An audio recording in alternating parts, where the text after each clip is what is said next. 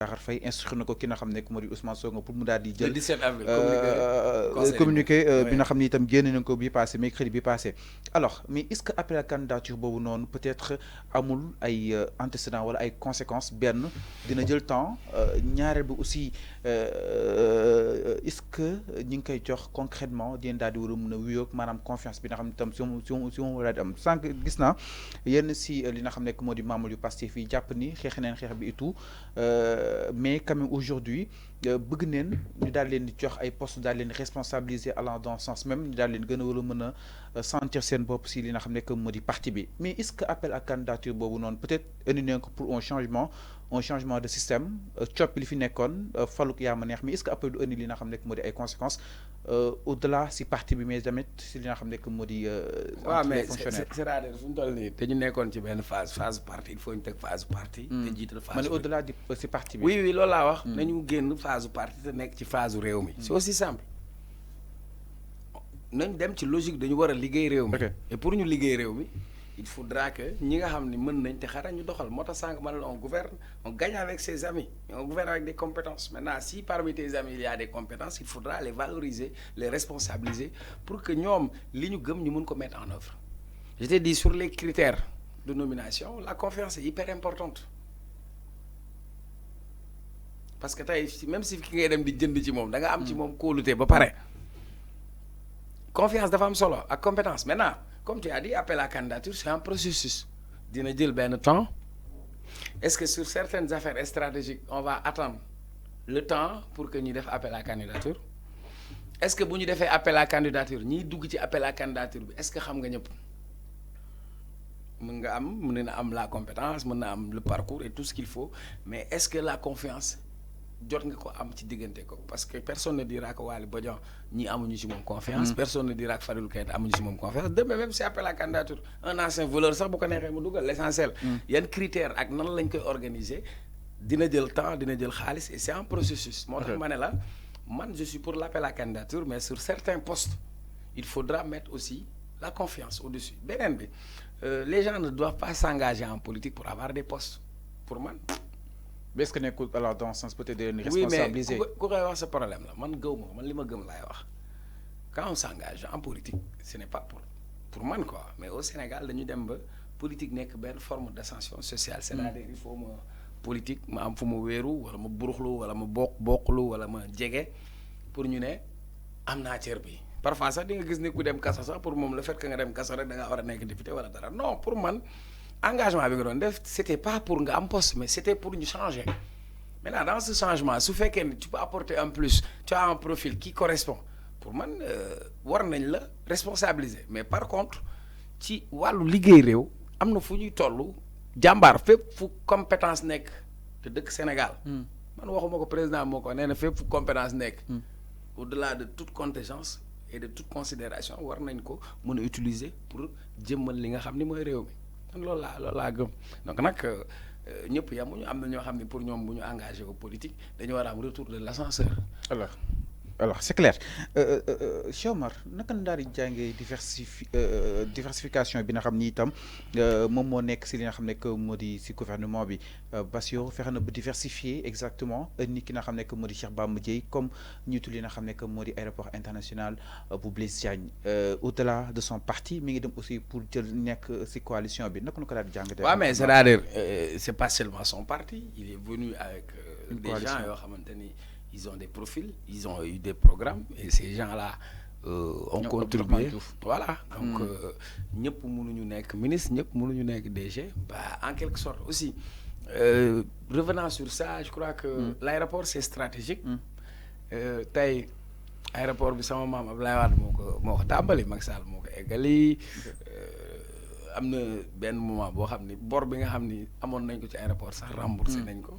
Du point de vue stratégique aéroport fi mu féete li muy indi ci wàllu koom-koom jàpp naa ne Cheikh Bamba Dièye kenn du wax ci réew mi ni Cheikh Bamba Dièye jubul man mosuma dégg ñu wax lu jëm ci njubadi Cheikh Bamba Dièye man de dégguma ko xam naa ko it li ma ko mën a seedeel moo tax ma am ci moom njortu gu rafet j'espère qu'il sera à la hauteur de la responsabilité qui lui a été confiée maintenant est-ce que dañ ko confier parce que c'est un acteur politique wala dañ ko confier parce que il a les compétences et les vertus nécessaires pour pour diriger, pour manager l'aéroport.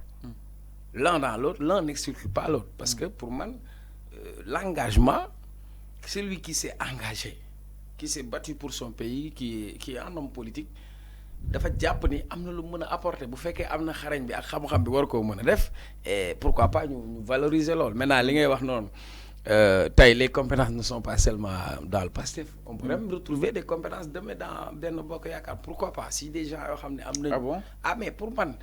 parce que booba tey gisuñu régime bi dugal benn transhumance. Oui mais non je parle pas de transhumance je veux dire. Ok. bu fekkee da nga koy teg rek. ci réew mi am na ñoo xamante ni ay la yéwén seen liggéey jaar na yoon.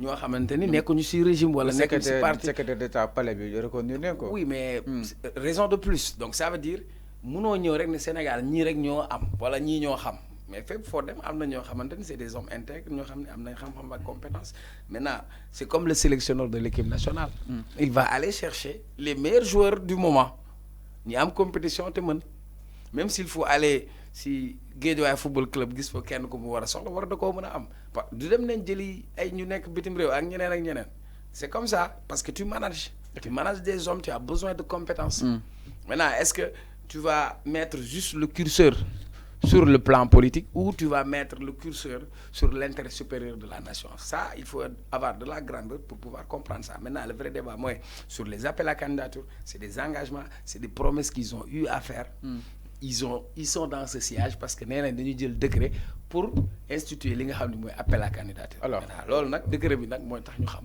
appel à candidature bi yan poste la nan lañ koy organiser yan critères la nit di def. mais retard bi est-ce que de justifier à juste titre que ni sont rattrapés par la réalité du pouvoir exactement. Oui mais pour man du retard parce que amaguñu un mois. Oui Bassirou Diomaye kañ la jël. Là où on quand est-ce que le président de la République est entré en fonction. Le 2 avril. kañ la waat le 3. Le 3 waaw eggaguñu un mois kon mënaguñu juger sur un retard et puis bu ñuy préparer un décret il faudra des juristes ñu préparer ko jël décret bi doog ko indi secrétaire général présidence ak premier ministre yëpp ñu saytu ko xool. parce que ab décret su génnee dafay def office de loi léegi décret boobu. ban champ d'application lay am application yan lañ ciy duggal yan critère moo war a nekk ci loolu est-ce que dañuy def appel à candidature ne fépp fu nit nekk même boo nekkul sénégalais war nga cee bokk wala est-ce que il faut nga nekk ab sénégalais wala est-ce que mës ngaa servir ci tel poste wala nangam wala sangam loolu yëpp lu ñu war a xool la lu ñu war a cadrer donc pour man ci premier. Cela peut prendre du temps. Oui mais bu ñu doon waaw léegi comme ça peut prendre du temps yow nga am ay urgence est-ce que léegi da ngay xaar loolu te egseegul nga toog di xoole. mais moo tax ma ne est-ce que frappé wuñu par ces réalités du pouvoir. Oui mais de toute façon il faut nga am ay réalités du pouvoir. C'est naturel c'est-à-dire am na posture boo xam ne. et les circonstances du moment actuel là où on parle d'urgence. Oui c'est la même chose réalité circonstances contexte il faudra s'adapter. Ah oui parce que Sénégal la leen yónni te yàqamte leen. mais est-ce que concrètement Cheikh Omar peut-être balaa ñoo jàll ci beneen sujet ñoom dañoo war a gouverner ak li tëppoog ci projet bi parce que dégg naa tey Madiambal Diagne ne ko ana projet bi ñoom ak ñoom Yoro Dia et tant d'autres est-ce que ils sont obligés pour joxe à 100% li nekk ci projet bi wala kon est-ce que à un moment donné il nous faut des changements xam ni peut-être des fois ñu bind loo xam ne nekku ci projet parce que vu que ay opposants la ñu woon ñu ñëw pouvoir bi wane autre chose exactement est-ce que ils sont obligés pour se conformer à ce projet. Mais rien ne les oblige parce que pour moi, de mon point de vue. Ce sera une arme pour l'opposition. Non, de mon point de vue, lu baax newul ci yow kese. Yow da ngaa ñëw am nga sa programme keneen am na programme. keneen am na programme Anta Babacar Ngom am na lu baax ci programme am peut-être loo xam ne newul woon ci sa projet. soo gisee ni la Anta Babacar Ngom amoon yéene wala am na xalaat bu baax war nga koo mën a jël dolli ko ci on ne gouverne pas seulement par rapport à notre programme mais on va voir ci Sénégal bokk su doon man dinaa xool ku nekk la nga am confronter tous ces programmes xool les meilleures propositions xool les meilleurs programmes mu confronter ko man loolu laa jàpp mais di nga am benn quintessence boo xam moom mooy sa base mooy yow sa programme say convictions sa idée ak ni nga ko defee lu dëgg am na loo xamante ni président Macky Sall am na lu mu def ci lu baax loo xam ni c'est des acquis. Est-ce que da ngay ñëw tasaare loolu wala da ngay ñëw nga xool noo koy ñoŋalee. C'est aussi simple maintenant ay am na ñoo xam nag suñu wax c'est normal ñu wax parce que bu ñu sañoon ci toog muy dox bi lañ bokkoon il faut affaire di toog muy dox ci loolu la ñoom ci option am na xam ne jonkan sax toog di xaar pour que ñii mën a juum bu ñu sañoon sax ñiy échoué chaque semaine dinañ génnee benn ñaari président lañ am lii laa leneen non def na parce que. bicéphalisme. oui mais c'est des détails quoi grand xoola y a d'autres priorités qui sont là. man xoola man sama yoon ci ku ñu xamal la moom ma yitteel. nañu am ay résultats na réew mi naat na ndaw ñi xëy gont liggéey na ci ni di tàq na dund bi wàññeeku. alors nous y reviendrons. Peut-être si nomination yi dañuy jeexale benn point. balaa ñu ñëw si benn sujet. Général Moussa Fall exactement. Il a été appelé pour d'autres fonctions. ginnaaw bu mu gérer li nga xam ne que moo di la gendarmerie. mu daal di aussi confronté wu ay période yu pas assez évident quoi comme puis sur mars ak li nga xam ne que moo di période juin yi turam mu bokk loo xam ne itam gën a si daal di war a mën a fës alors. ban jàngat nga def si ki nga xam ne que moo di général Moussa Fall bi nga xam ne itam Bassirou Diomaye Faye remplacé na ko ak le général Martin. Le président nomme aux fonctions civiles et militaires. Le président nomme aux fonctions civiles et militaires. Général Tine mi à un moment donné dañ ko wàccee ci li mu yoroon gendarmerie. vraiment. après ñu ne appelé à d'autres fonctions. je crois su ma juumul si lañ ko defoon ambassadeur du Sénégal en Russie. et j'ai dit. Je ne peux pas admettre qu'à 3 mois mu war a jël retraite ñu wàccee ko. ñi ko wàccee ñoo xamoon yenn raison moo tax ñu wàccee ko parce que président moo am sañ-sañu nommé ku ko neex et d'ailleurs pour ton information pour nga nekk général sax président moo lay tabbal général. dans l'armée poste yëpp mën nga ko dem ñafe ba nekk colonel et cetera.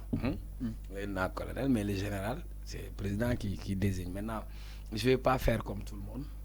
Moi, je ne suis pas là pour faire le procès de Modou ou de Pathé.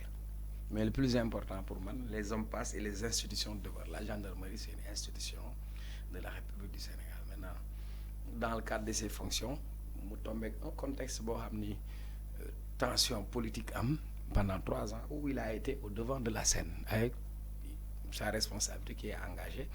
Et même au sein de la gendarmerie, on a eu beaucoup de remous. Même ce qui était devenu la grande muette n'était plus muette. Parce qu'on a vu le capitaine Touré qui a été sanctionné.